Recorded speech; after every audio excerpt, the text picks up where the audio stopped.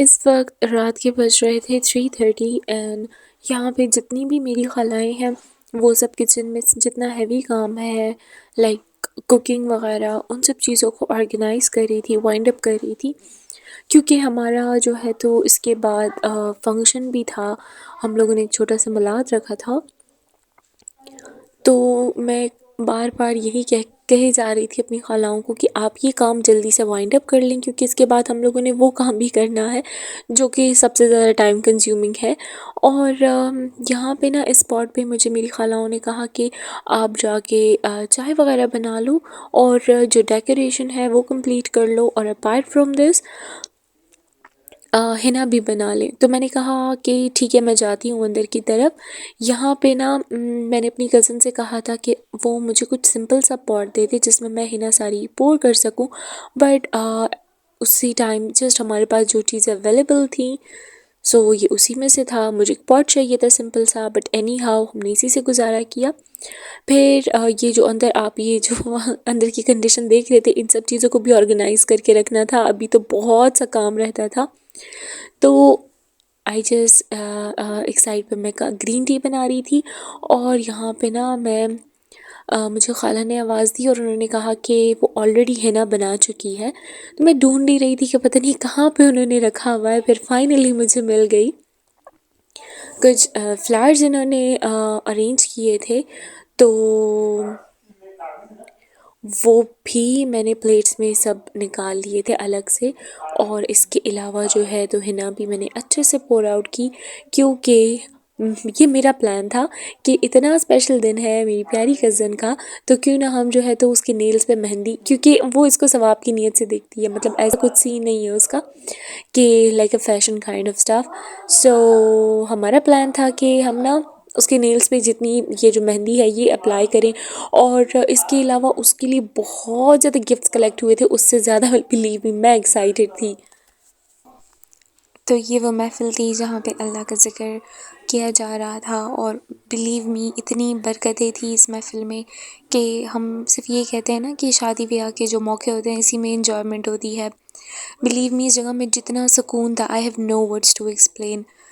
और इस हर एक चीज़ में जितनी मेहनत लगी है, जिसने मेहनत की है, छोटे से छोटे काम के लिए भी अगर मेहनत की हो, so I am just thanking to all of them. And मैं एक मरतबा फिर से प्यारी कज़न को बहुत ज़्यादा कंग्रेट्स करना चाहूँगी और अपनी सारी खालाओं को जो कितनी ज़्यादा हार्ड वर्किंग है। बिलीव मी इनकी प्रेजेंस में किसी चीज़ की कमी महसूस नहीं होती। इतना होता है कि एंडिंग में जाते वक्त सबकी आंखों में आंसू होता है, इतना अच्छा टाइम सबने गुजारा होता है।